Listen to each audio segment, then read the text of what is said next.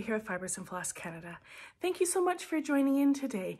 I have a great episode planned for you. I have so much to share. It's been about 3 weeks since my last episode. I have lots and lots of cross stitch.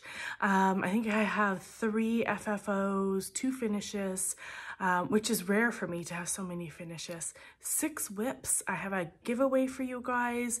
I've got a really fun knitted project that even if you're not into knitting, I think you're going to want to see this one. And I'll touch real quick on our Flosstubevesity as well as a couple stitchy meetups. So without further ado, I wanted to dive right on in. The one thing I wanted to mention first was just that my thoughts are with our American neighbors at this time. You know, I am a Canadian Flosstuber and proud to be Canadian. But the struggle right now with everything happening in America is real. And without getting into it, I just want to say, you know, your neighbors up north, we are all thinking about you guys. And I really hope that this episode gives you an opportunity to have a little bit of joy in your day and just kind of escape for an hour and, you know, just have some happiness, right? So, okay, let's dive right in. My very first FFO has a bit of a story to it. Now, when I was 13, our family went backpacking across Europe.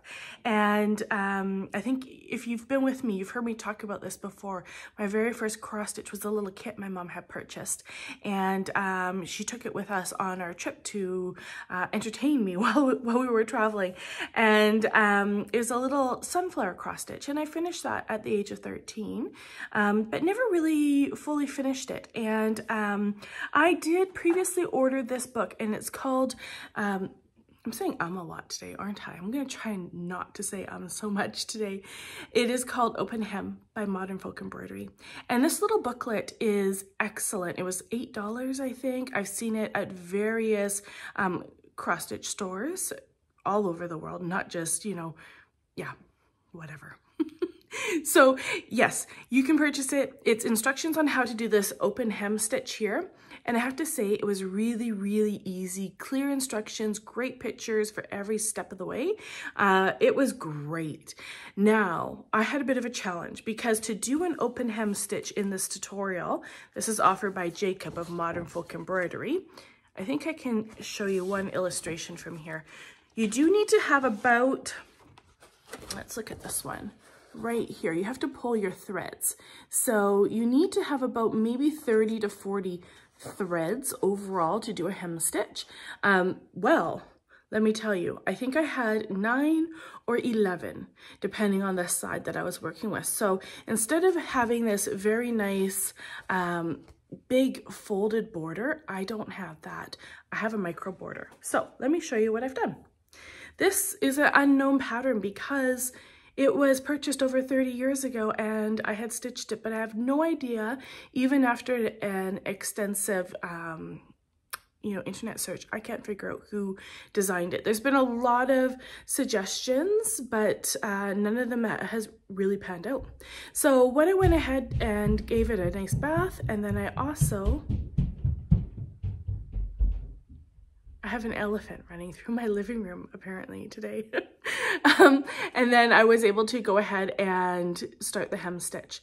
So this is really fun. I wonder if I've got something darker I can kind of put it behind. Not really. I'll use the edge of this. This was really fun for me. So it's quite rhythmic, and I imagine that, you know, if you were stitching this with the proper allowed, you know, seam allowance, with the proper amount of selvage edge, you would have no problem and you'd really, really enjoy it. I did struggle a little bit because look at this side here, it's a little bit wavy. This side I had like 3 threads, and then I had to fold it, and then I had I think 3 more threads and 2 threads to tuck. But the thing was, my 2 threads to tuck, they just fell right on off right away. So I had like this fringe I had to kind of tuck in, and it was a bit difficult. And then the corners aren't finished as nicely as I would have liked because they are such like tiny micro corners there. But overall, I think it was really nice to, you know, this is where it all started, right? This was my very first cross stitch, and to do my first hem stitch finishing on that I thought was fitting. You know, I thought about, do I do it on a practice piece? Nah, I'm gonna dive right on in. So I love it. And I thought about maybe doing a little bit of drawn work in here, and I don't know, I might do something in the corners, but I may just hang it as it is. So that was a really fun piece. Highly recommend, if you've ever looked at that and thought, oh, I'd like to try that out, purchase this book. I think it was like $8 US, and excellent instructions, and it's a lot easier than you think. I know I first saw this with Carmen from Cardamom Pins, and she had done it on, actually she's done it on a lot of her finishes, and I was always intimidated by it and thought that looks really complicated.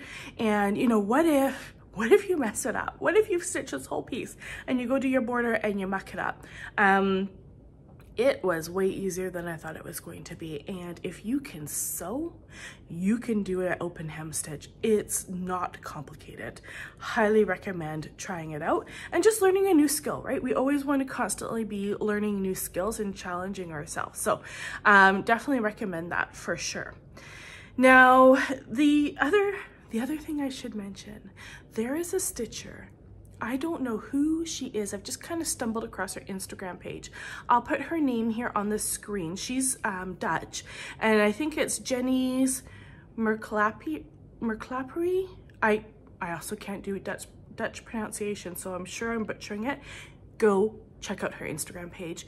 I'll put a picture here of her home, and she has these hem stitched finishes all over her house. It is just absolutely stunning.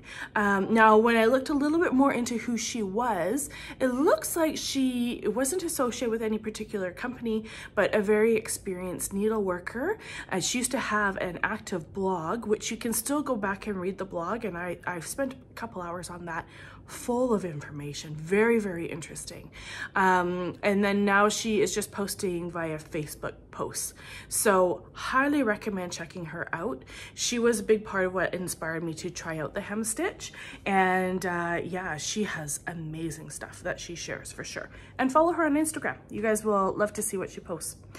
My next fully finished object was the mini monthly village series, and that was February. So you guys had seen this already. I had posted this. I think it was Country Needleworks.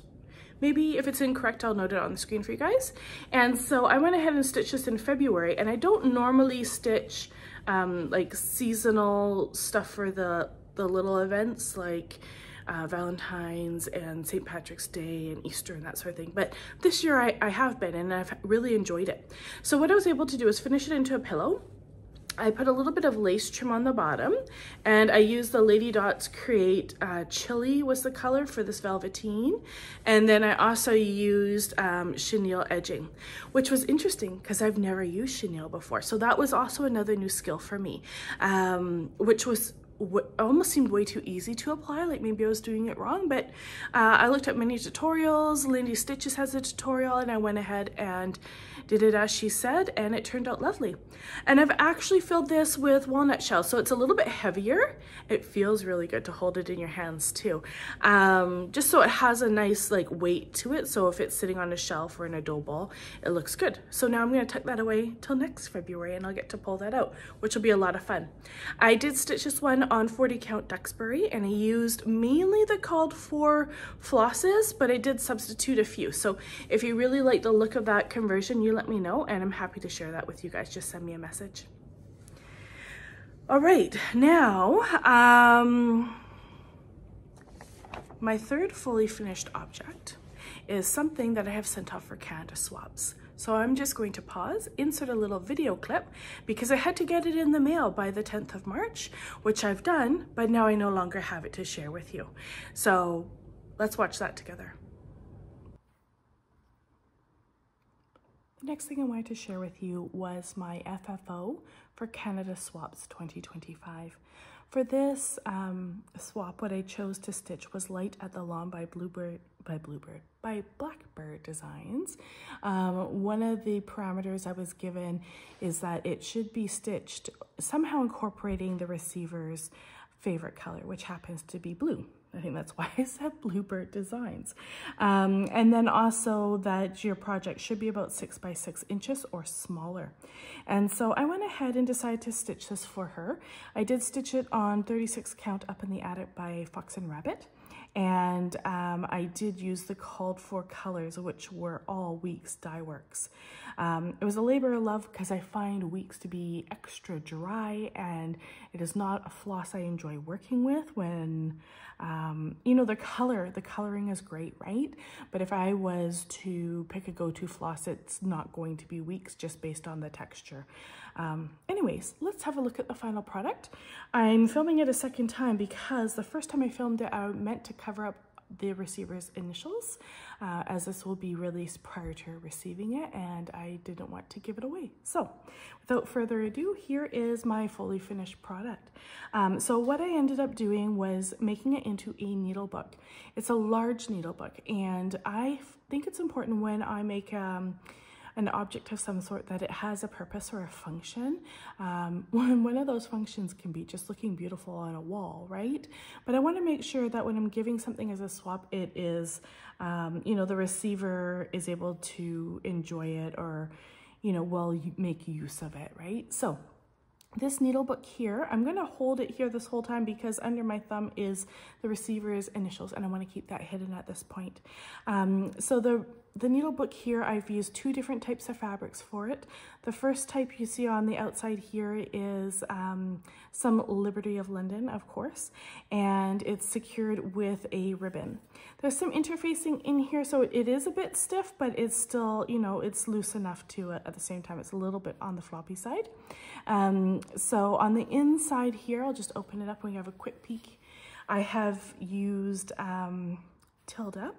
I think this was winter 2024 collection, if I remember correctly, part of her hibernation line. And I've used some 100% wool cut into 4 squares. And on that I've embroidered needle sizes that are commonly used. So size 24, 26, and 28.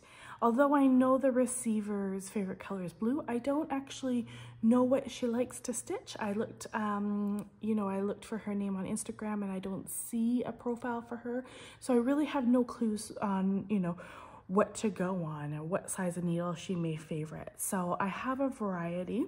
And then I was also able to purchase some pins, and these pins were, counting pins were purchased from Pin Cushion Crazy, which is a maker in BC, just in Victoria, British Columbia. So it's nice to keep that local as well. On this side, I've added a little bit of decorative lace and then a button, and I have created 2 pockets here so that you can store your extra needles. My gift to her is the counting pins as well as 3 packs of needles. All the needles I've purchased are Peacemakers, and then I've also just included the paper that the counting pins came on in case you felt inclined to check out the website or purchase more for herself. So the back of the design, I had previously placed an order with Hands Across the Sea for a couple panels of fabric, and when those panels were going to be arriving a little bit on the late side, Nicola was so kind and generous to include a little extra panel as an apology for her delay, which I think it was delayed by a week. It definitely was not a big deal, but I very much appreciated the extra panel.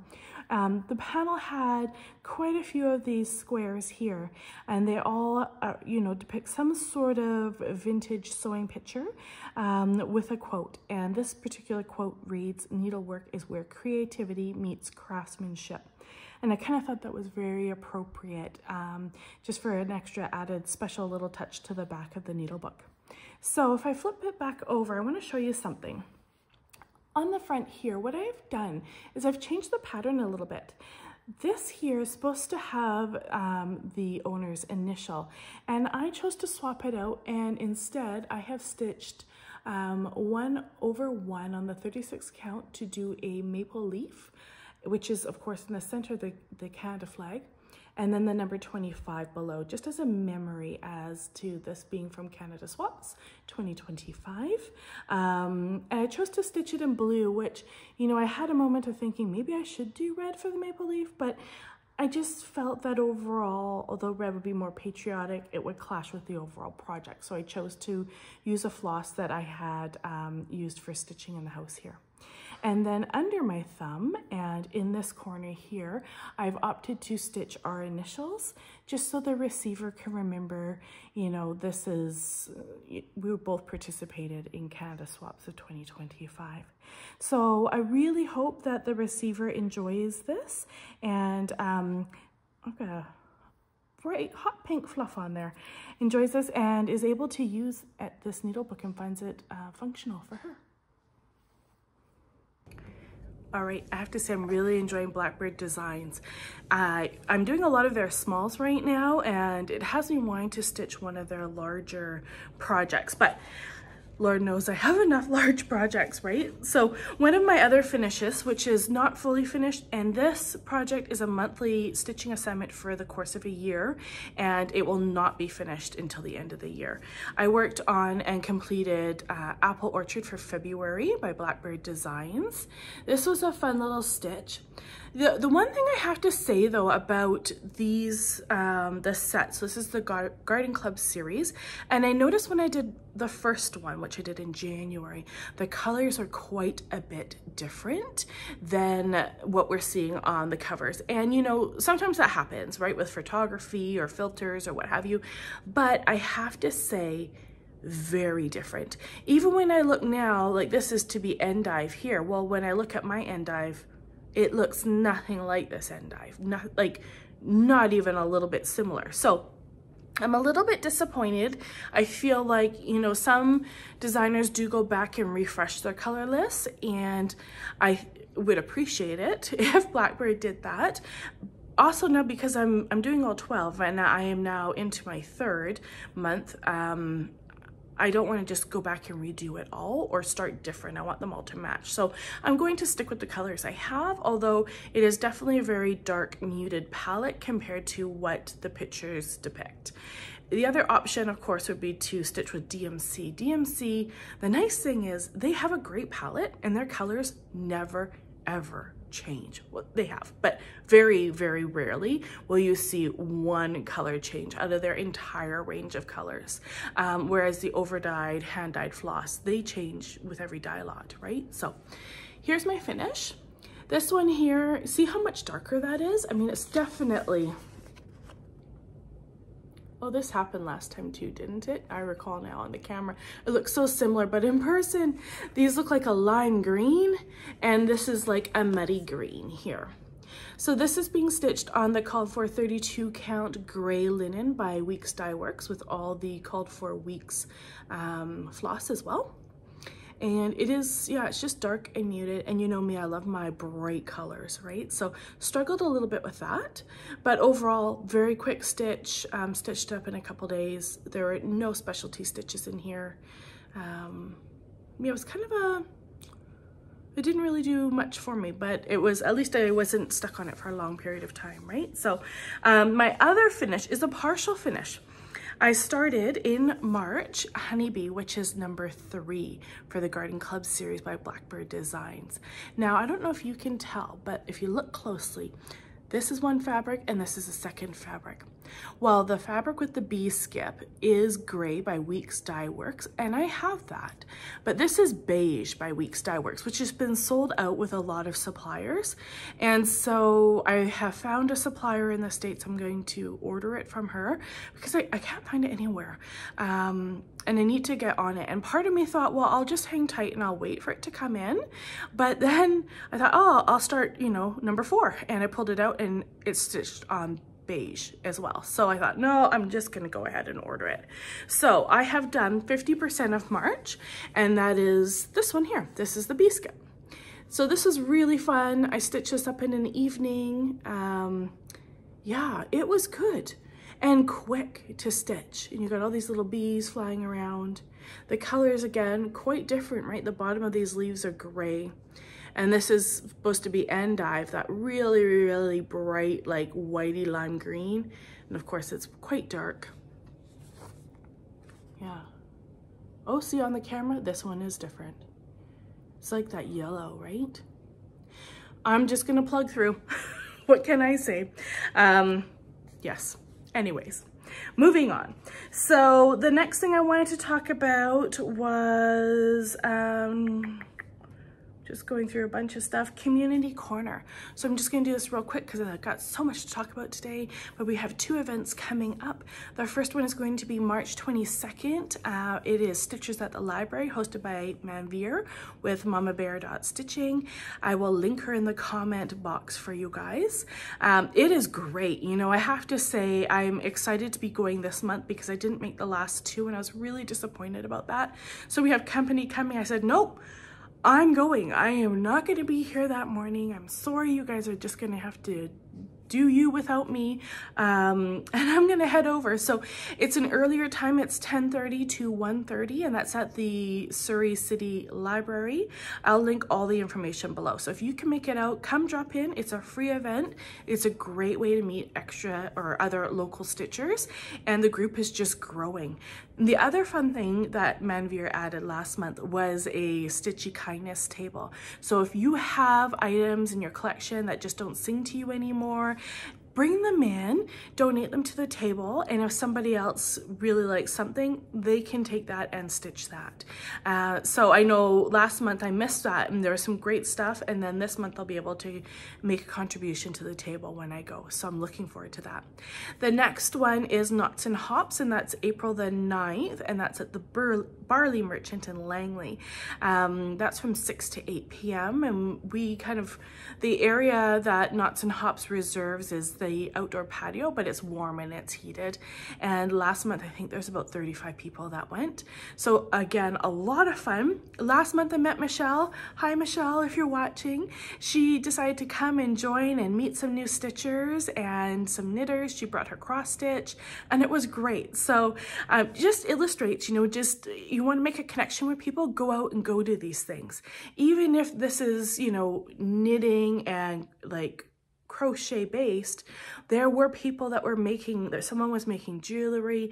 We had a couple cross stitchers that had a couple, 1 or 2 crocheters, mainly knitters, but at the end of the day, it doesn't matter what craft you're doing, right? You're a crafty person, and it's a great forum to meet some new people. So I will link both of those below. They're also both on my Instagram if you want some more information, and that way you can check out the people that host them as well. Okay, so I have to tell you, the last Knots and Hops that I went to, I went and I was just like, I came across this thing just prior to going. It's a pattern for an emotional support chicken. And I was like, what are with these chickens? Everyone's knitting them.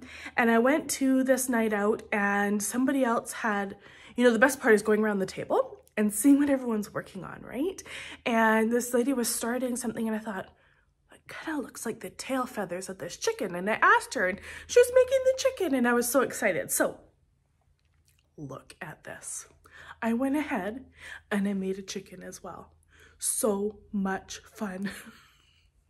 It's ridiculous, right? But the funny thing is that with this chicken, which it knit up real quick, like it's quite a thick yarn. This one I think was a super yarn. Super bulky? No, it's just a bulky. I'll put the details below because most people watching this aren't here for the knitting business, but I just thought this was so fun I wanted to share it. And I'm currently knitting a second one that is more whites and purples and beige, and it knits up fast. This one I knitted in 2 days, but I was also really excited in those 2 days. So it knit up super quick. The eyeballs are from Amazon, and yeah, I had a blast doing it. So if you guys are interested, you should check it out for sure. I think this is a great pattern. It was, the story behind it, I want to say the yarn tree, the knitting tree in LA, I think it is. Someone was going for cardiac surgery, and you get those little heart pillows, you know, and you hold them when you have to cough and stuff like that. And they made a chicken. And so now this has become known as the emotional support chicken, and they are all over the place. And yeah, I think it's the knitting tree LA. You can buy kits from them as well. And yeah, super, super fun. So it's got a good story behind them too, right? Anyways, back to cross stitch. So my whips, I have lots of whips for you today. The first one that I have was my Fairy Idol with mirabilia. So last time I showed it to you, I was doing some of her hair. I had done her skin and her hair, and this is a birthday start for me last year. And I decided that this winter, what I want to do is stitch it on the 16th of every month, just to kind of get it rolling. And my goal this year is to get more work done on my whips. And so while I didn't do a lot on her, before I tucked her away, I just wanted to finish her hair. So I put another evening worth of work into her, and I'll show you a picture of where it was. And this is where she's at now. So she has been a lot of, I don't know, she's just really enjoyable to stitch. Her hair is fun to see the colors coming together. And then her skin, although it's challenging to do 1/1 at times, I did enjoy it. And so she's going to come out again later this week. And I'm just contemplating either I'm going to dive into a conversion that I'm doing for her wings that kind of lay off the back of her here, which has a lot of like Krynic. Doesn't have Krynic, it is just DMC, but I'm going to make it into Krynic, like the wings that you see now on all the fairies and stuff. So either I'm going to dive into that, or I'm going to put some more work into her skirt. So she's a lot of fun. This is stitched on 32 count Mirage by Picture This Plus. So far I'm using just all the called for colors, DMC floss, Karen Water Lily silks, and some Krynic there. She's beautiful. I can't wait to get some more progress on her. Sometimes, yeah, you just feel drawn to wanting to stitch a mirabilia, you know? And right now I'm feeling that pull to do a little bit more work. So in a couple of days when I have to pull her out, I think I'm really, really going to enjoy her. In her hair, there was some variegated floss, and I did end up filming a new Flosstubevesity this week as well on how to use variegated floss. I'm not going to dive into it here, but I'm going to encourage you, if you use variegated floss, to go check out the video. There's a lot that I cover from, you know, different mindset with variegated floss. You can really manipulate it to change the look of your project. You know, how do we cut variegated floss? What do you do if you like a loop start? There's a lot of consideration, so I review all of that, and then I take some floss and I actually stitch and show you the different ways to stitch and how that works. I started a doodle cloth. Do you guys have a doodle cloth? So I know that, oh boy, this is all coming off my wall now. Okay. Whatever. So these are some examples here of what I was doing in the tutorial. And some people have, you know, doodle cloths, and I don't yet, but I'm going to keep this as one. And so if you don't know what that is, it's a cloth where, you know, if you have a particular floss, you want to see how it looks, this is something you can practice on. If you're practicing a new specialty stitch, this is what you practice on. If you're designing something and you want to see how things look together, this is what you practice on. You know, back in the day, you could even argue that a lot of the samplers were like doodle cloths, right? Because it was a record-keeping process of different styles, different stitches, and you very much could evolve a doodle cloth into something like that. So I know there's some pretty wild, like reflet de soie patterns where you definitely think, that's a doodle cloth for sure, because you look at the pattern and you think, what the heck was going on there? But it's fun nonetheless. So I'll link the video for you guys. I encourage you guys to go check it out. And let's get back to our whips. The next one I worked on was the 25th of February, and I worked on Kringles. Kringles by Little House Needleworks. A lot of people have been stitching this. I think you guys are probably pretty familiar with it. So what I was able to do is some lettering. I'll put a picture of where I was. And this is where I'm at now. I didn't iron or board anything, so I apologize, but look at that. So I put in the word Kringles below. And, you know, the whole point of doing this, like, let's get something done on the 25th. I'm going to stitch a Christmas project. The great part about that is, you know, I don't want to put it down. I wanted to finish the letters. And so it took me a day and a half, and I did that whole lettering all the way across. And then I just have the bottom to finish now and the windows. So my goal is actually to have this done for the end of this year. And I think in order to do that, really, I'm going to have to be working on this on the 25th of the month. If I look at, you know, I've got these 3 more windows to complete here. Those 3, and then I have the bottom, and the borders are a little bit heavy stitching here, and even the outline of all 3 of those borders. So yeah, I think I'm gonna have to focus on that, and then I should be able to finish it by Christmas. So that's a really good pattern. I'm enjoying it. That uses Classic Colorworks, I think. Was that what it was? I'm using 30 count Parisian Gray by Access Commodities. And yeah, Classic Colorworks and a handful of DMC. So really enjoying that project. Highly recommend it.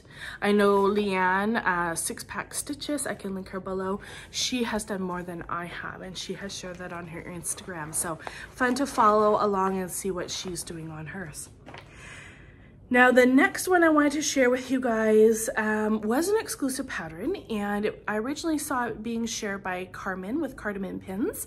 She went to Holland with her mom, was able to visit a what do they call it, like a handiwork boutique, and pick up the pattern. And that made me really want to stitch this as well. We do have Dutch heritage, and it just looked really fun, bright colors. So I reached out and I had ordered the exclusive. I had started it, but now it is available to everybody. So I thought it'd be really fun to share it with you guys, because you may want to start this. And I watched Brenda and Laura this week, and Laura has started it. So it definitely might gain some more traction now. This is La Magampo, 1852. It's a sampler from Drenthe, and it is a fun one and very small actually. It's not a lot of stitching in here. So this pattern here, it's great because it's by Modern Folk Embroidery, and Jacob really takes his time. You know, when he does a sampler, he travels to the area, he researches it, and then you get like the whole story on, you know, this girl, her family, where they lived, and, you know, and if he didn't have the details about something, he likes to theorize what, you know, would have been likely, which is fun because it kind of keeps the story going, right? So I'll put a picture here of where I was before, and this is where I got to. So this is being stitched on, unfortunately, 40 count vintage country mocha. When I had ordered this from the shop, they said, what would you like? And I said, I'd like to do the Swaddle conversion, please, but in 40 count. And so I was really excited to open the package. And when I had opened it, I was a bit disappointed to see the fabric was vintage country mocha. which is fine. You know, it's a old classic, but I was just excited thinking, you know, it's coming from Holland. I wonder what the fabric's gonna be, right? I thought it would be something unique or maybe something locally dyed, just something I hadn't really experienced before, but alas, this is what I got. But you know what's really great about this is that it's not going to take much longer. I've done both of the moths at the top, and I just have like the belly of the ship to do. See, this is when I think I should have a board, now that I don't have a board with me. Whoop, sorry. At the belly of the ship to do. I have done this moth, this ornament, and this vase, as well as this girl carrying milk and this animal. So I don't have a lot more to do. If there's one more vase and then the bottom of the ship. And then I plan on doing the open hem stitch on this, or maybe I don't know what you call it, but like the double open hem stitch, I think would be really fun. So I'm gonna go ahead and do that finishing for sure. I think I have one more stitchy session on that, and then that will be a finished project. So yeah, and I think a lot more people will probably start stitching it now that it's available. So if you like that, just hop on over to Modern Folk Embroidery and you can download it from him. It can be stitched with DMC, and that, I think it's called for DMC, or the Swaddle conversion. And the conversion's not bad because I think there's like 7 colors. 7, yeah. But what I will say, if you do the Swaddle is that this color that you see like here in the moth and here in the pinwheel, it's kind of a really light gray blue. It's in here too.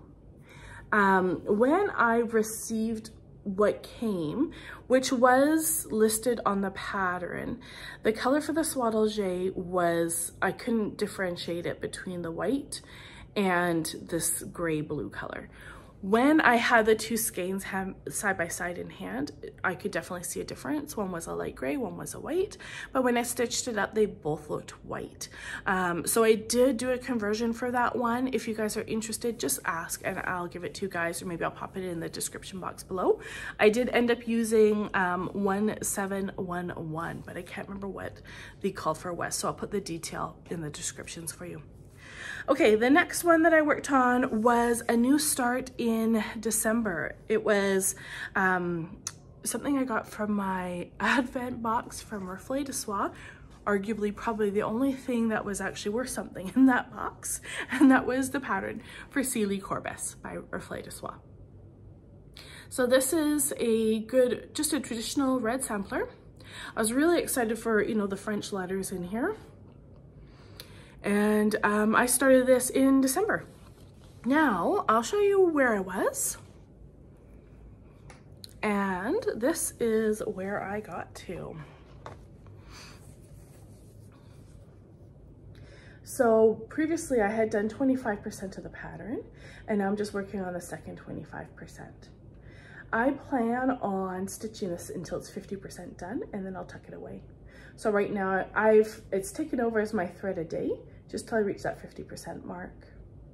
I am using Swaddle 945 for the red. It looks very dark here, like a maroon, but it's actually 945 is not. In real life, it is quite bright. I'm stitching this on 40 count sand, but I'm not sure who was the manufacturer for it. And yeah, it's good. You know, as I start stitching the red samplers, I want to always have one kind of on the go. And I was watching some of the posts from Nashville, and I don't know how to say her name, Soda Day, maybe?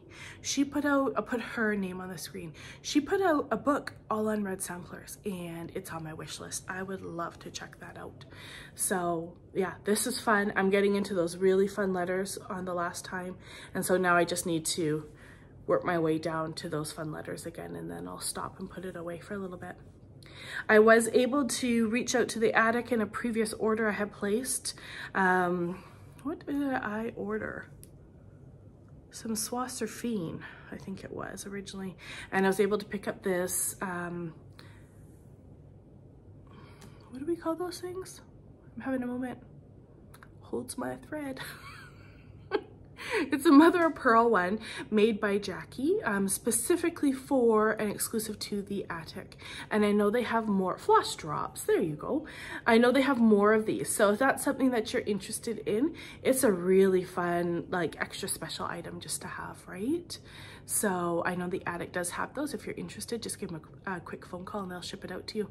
And it comes in a lovely little box, so you don't have to worry about, you know, breakage or anything like that, right? Okay, now the next thing I have for you is my Elizabeth Furness. So Elizabeth Furness, 1836 by Hands Across the Sea. This is a pattern that I was doing a daily thread on, and I have now just swapped it out for the Sealy Corbis. So I flew through it, I loved it, and my whole theme this year is, of course, to make progress on my whips, but also stitch what I love. And so at any point I'm working on something and I'm just not really loving that piece, I'm gonna put it away, I'm gonna set it aside and stitch on what I'm really feeling. So I've got some progress made on this one. I'll put a picture in of where I was, and I've only worked on this one till the end of February. All right, I've left it in the frame to show you guys, and I'm gonna pop it out. And so this is where I'm at. Of course, I've done a little bit more down here, but I really focused on getting this top border coming across, starting some of the letters here too. So this is being stitched on 56 count cockle shell by Tabby Cat. And I'm using a personal conversion to 103 by Aversois. If you're interested in that conversion, let me know. I'm happy to send it your way. And what I ended up overlooking in that conversion was that 56 count 1/1, like the verse, and there's one animal down below, needs to be done in Swasserfine and not in 103. And of course the color I had chose didn't come in Swasserfine. So I just changed the brown because I hadn't started. So I was able to start the verse, and I have to say that is very small, very, very small stitches. It's the smallest thing I have ever stitched. I did have to use my magnifying lamp for that, but it wasn't that hard. It took longer than, you know, you would think it would take. And so part of me was, you know, I was really thinking I should complete this half of the verse before I tuck it away. I still feel that I should do that, but I'm not loving it and I don't want to do that. So I'm gonna tuck it away and then pull it out again. I wanna make some really good progress on this year. So I'll probably just set it aside, I think over Easter, maybe March and April, and pull it out again in May. I think would be a good plan for me. Yeah, okay, so my last whip to share with you guys is my chatelaine. I hope I'm not moving too quickly for you guys. I'm trying to really blow through a lot that I had to share with you today, and so I'm trying to get it done quick. So hopefully I'm not talking too fast. For my chatelaine, this is Holland Springtime Garden Mandala, and I started it January the 1st, and I have split it up into, the pattern's actually already been split up into monthly assignments. So I have to say I am really, really loving this. I'll put a picture here of where I was last time you saw it. Since then, I've completed my February assignment, and I'm almost halfway into my March assignment. And this is where I'm at. So it's really starting to take shape. This month, what I've been able to do is add these 4 corners and then start on this border. I think altogether, I had counted and now I don't remember, but I think that's about 1,600 stitches so far, and it's a little under halfway. I have to do a lot more stitching in between the dotted border. That will all be satin stitch, and then there's also some gold krynic. And then after that, there are these other decorative corner ornaments and then some big tulips on all 4 corners. So maybe not even 50%. I feel like I'm at 50, but maybe not quite yet. And I'm just loving that. I finished the windmills. If you guys can tell, but I put the beads in for the windmills. Not really sparkling for you, are they? Maybe on the top row there. They're beautiful. I did the specialty stitches between the windmills. The grass was done previously. Really, really enjoying this piece. And there's not a lot of embroidery stitches other than cross stitch in here, but I'm enjoying it. And I know there's been a lot of people that say, oh, I love to do a chatelaine, but there's just, it's intimidating, or, you know, they're apprehensive to do one. I highly recommend this particular pattern because the way it's broken down into monthly assignments, she will talk about, and the pattern, it will give you color and black and white. And so what will happen is, you know, this month I have just this area here printed out, this, and then the next section here and the tulips, that's a separate printout. And on each printout, it tells you specifically, you know, lay your X cross stitches first, then you're going to do your cry neck, then your back stitch, then your specialty stitches, then your beads. Like, she breaks it all down. And then for any specialty stitches, there's diagrams on how to do each one.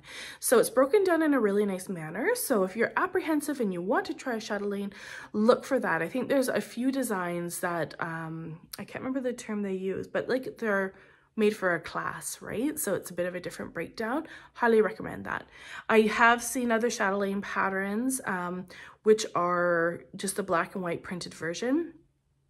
And I have no idea how the heck you would stitch that, to be honest, because everything is black and white. And, you know, that line, that backstitch black line could be one of 9 backstitch colors. Like, how do you know what color that's going to be? There's no real written directions. There are, but they're minimal, right? And it doesn't break it down into sections. So I think you're maybe heavily relying off a photograph as well, which is also very small when you're doing a piece that's over 2 feet in width. So I don't know. I recommend that for sure. I think it would be really good to, you know, try one of the ones that are set up as a classroom assignment. And yeah, I saw Elizabeth from, oh yeah, so my Elizabeth Furness, I have to thank Lori. So Lori's on Instagram. I'll put her handle here for you guys. Go check her out. She was instrumental in getting that Swasserfine for me for Elizabeth Furness.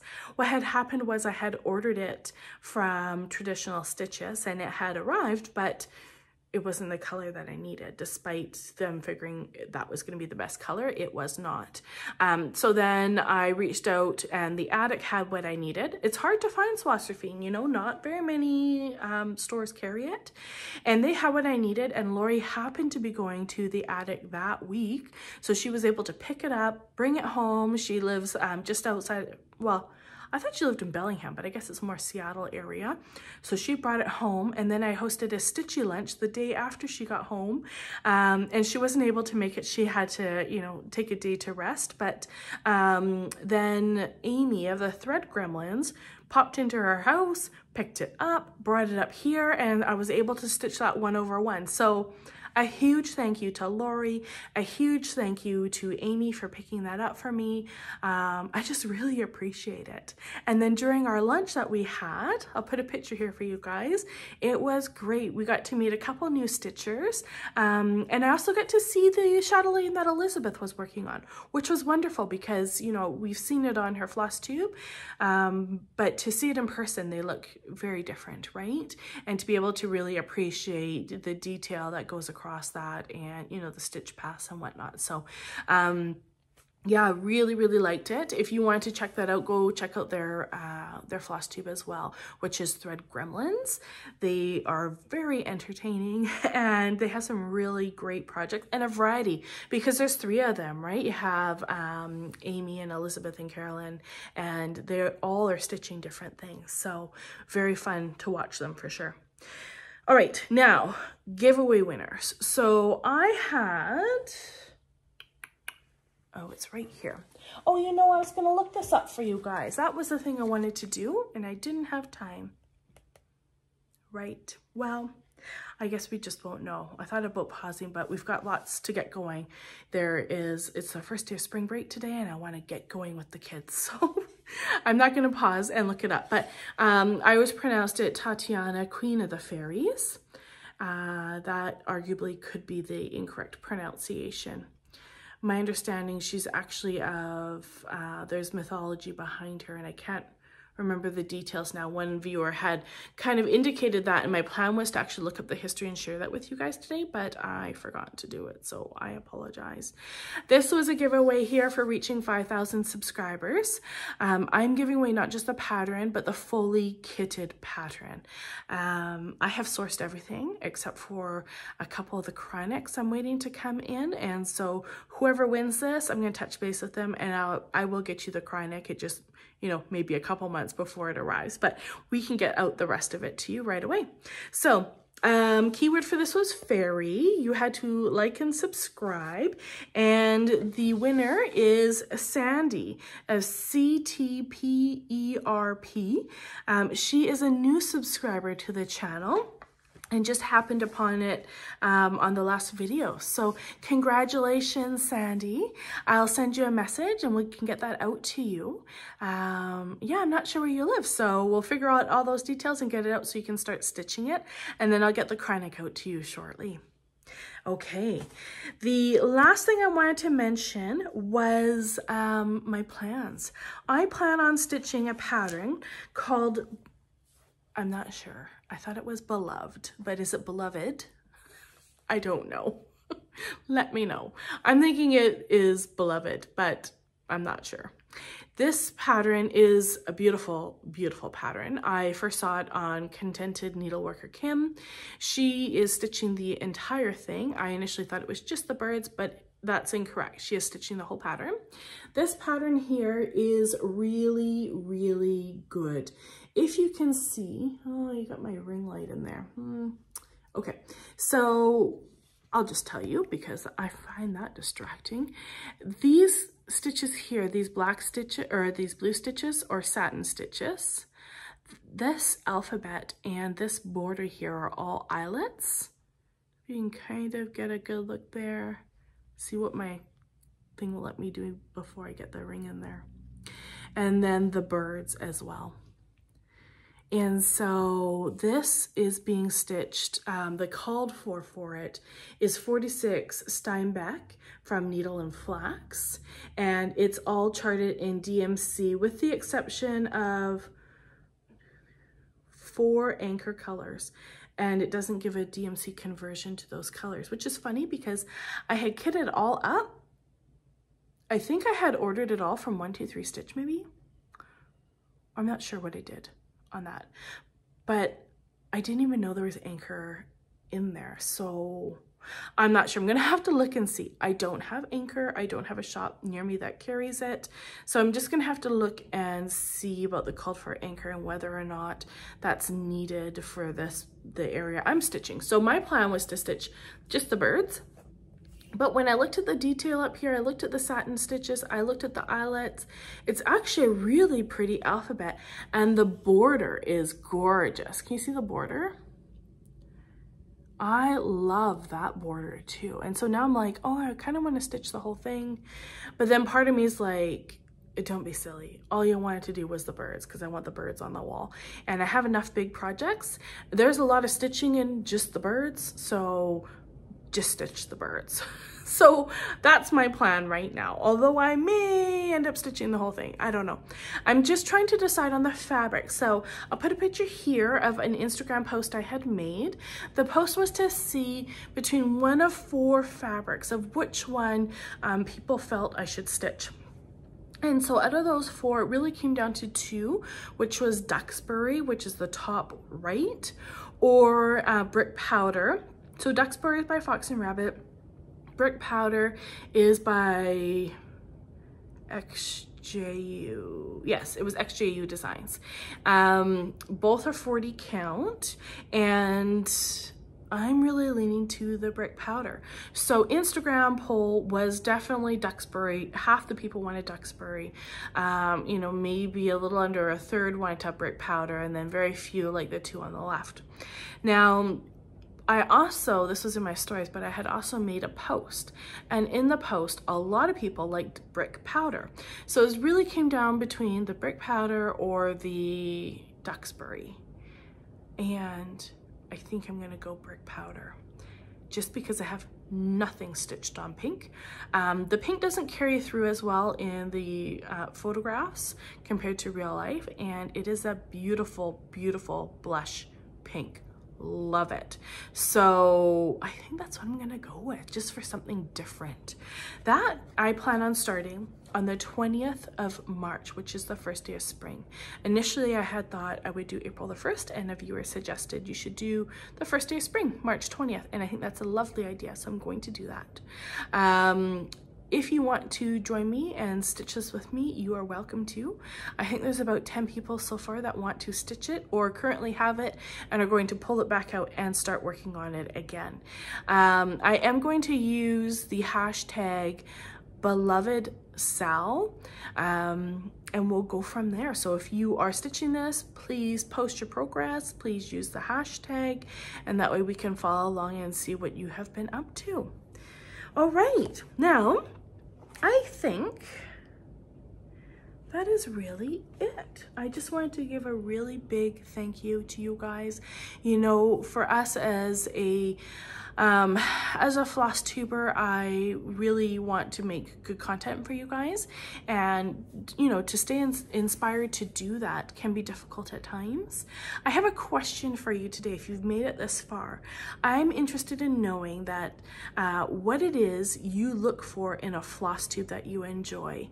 I am constantly kind of just rejigging what I'm doing, what I'm sharing, what I'm covering, and I'm interested to know, what are you looking for when you're looking at a good floss tube, in your opinion? You know, are you looking at someone that is constantly stitching new projects, the latest, greatest, people that are stitching, you know, the oldies but goodies people have forgotten about? Do you like people that, you know, they continuously work on a project for a while so you can see some progress? Do you like people that are into community and kind of sharing what's happening around them, and then also internationally in the stitchy world, you know, events that are going on, just creating connection with other stitchers? Are you looking for people that are sharing other crafts? Are you looking for people that are, you know, sharing more of their personal life? I'm just interested in knowing what you want. And so if you can leave a comment, let me know what you think makes a good floss tube. That would be great. Also details, right? If you want more overhead pictures or still pictures to look at while we're talking about a project, is it easier for you to see the detail in a zoomed in picture than, you know, holding something up on camera? Yeah, any suggestions, let me know. I'm just always wanting to keep things fresh and new and keep you guys inspired to stitch and try new techniques. So if you could leave a comment, that'd be great. And if you like what you've seen today, if you guys could subscribe, that'd be awesome as well. And yeah, I think that's about it. I just want to thank you for spending your time with me. Your time's limited, and I do appreciate the time that we spent together today. Thank you so much. I'll see you again in a couple weeks. Bye for now.